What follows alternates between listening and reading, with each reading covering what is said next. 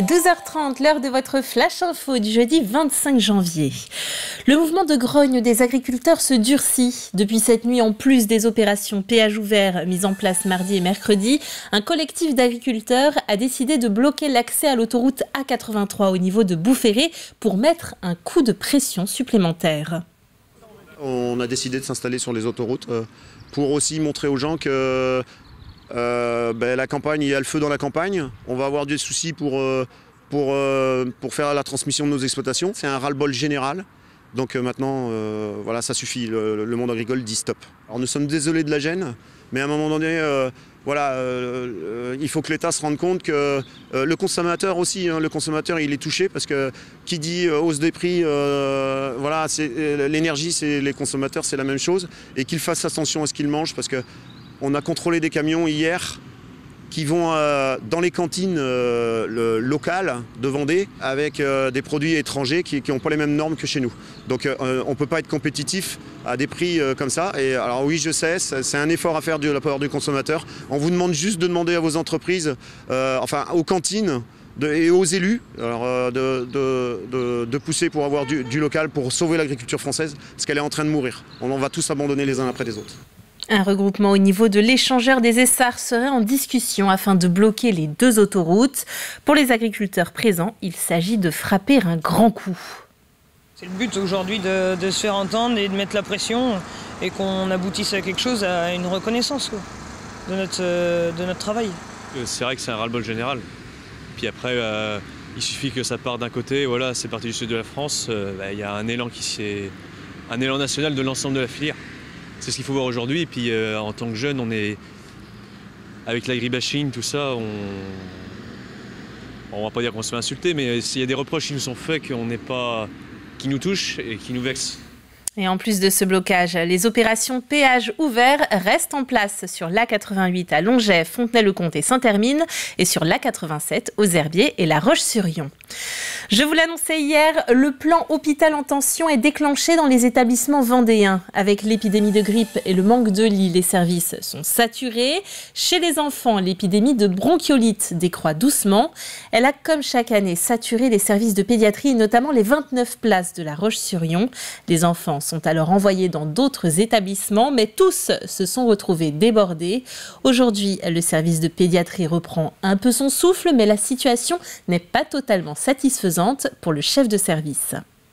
Comment ça se passe quand il n'y a plus de place dans le service, que nos partenaires sur le département, les Sables, Fontenay, où il y a des services de pédiatrie sont également saturés, que le CHU est également saturé, des enfants vont être amenés à dormir aux urgences. Voilà. C'est devenu monnaie courante aux urgences adultes. Pour nous, pédiatres, c'est beaucoup plus difficile à accepter, sachant qu'on a des urgences beaucoup plus petites. Et si on arrive à un stade où les box d'urgence pour voir les patients qui arrivent par cette porte-là sont bloqués parce que les patients ne peuvent pas aller ailleurs, toute la filière en fait se retrouve paralysée. La communauté de communes Sud-Vendée Littoral souhaite expérimenter sur une année le déploiement du dispositif hébergement temporaire chez l'habitat. Il permet de trouver des solutions limitées dans le temps pour un public âgé de 15 à 30 ans et à tarif abordable chez l'habitant. Il apporte d'une part une réponse provisoire d'hébergement aux jeunes et d'autre part de permettre aux hébergeurs de bénéficier d'un complément de revenus. La gestion locative est assurée par l'association Escale Ouest qui est spécifiquement agréée pour cela. La saisonnalité chez nous, il n'y en a pas. C'est-à-dire que toute l'année, nos entreprises recherchent des salariés. Donc ce logement temporaire chez l'habitant, ça a deux vocations. D'abord rassurer le jeune qui va venir ou en stage ou en formation ou en emploi sur notre territoire. Et puis le volet lien social, un jeune va occuper une chambre avec une salle de bain, les commodités, chez quelqu'un qui parfois se sent un peu seul dans une très très grande maison, les enfants sont partis, voilà.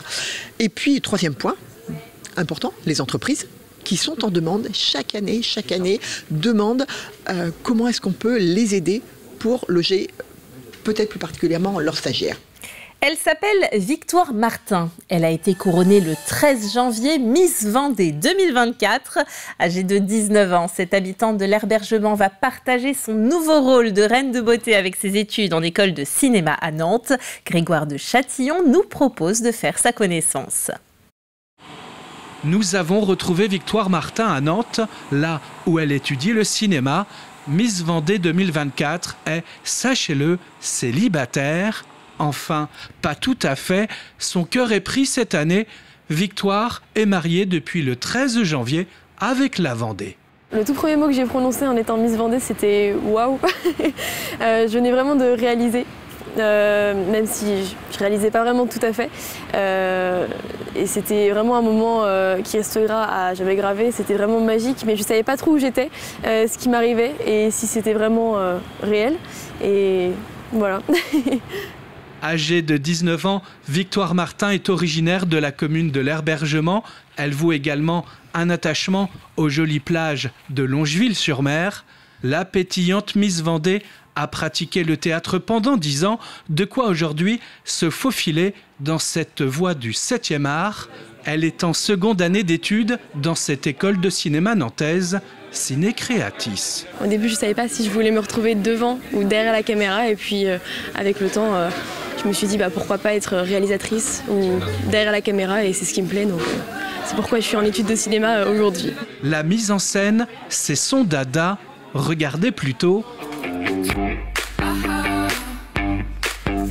Vous la reconnaissez ? C'est un court-métrage qu'elle a réalisé avec son téléphone.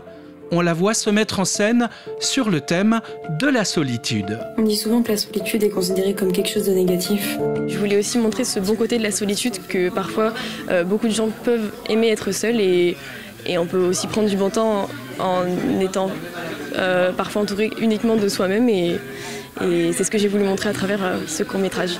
À douter. Victoire, en effet, a tout l'air d'être bien dans son corps et dans sa tête. C'est de bon augure pour représenter cette année la Vendée et les Vendéens. Avant de refermer ce flash, on jette un petit coup d'œil à la météo. Aucun changement dans le ciel vendéen. Des crachins se poursuivent, essentiellement au nord. Le vent de sud à sud-ouest reste plutôt faible, jusqu'à 25 km/h. Et côté Mercure, c'est toujours aussi doux. Nous irons de 13 à 14 degrés. C'est la fin de ce flash. On se retrouve à 18h pour une édition complète. Bel après-midi et à bientôt sur TV Vendée.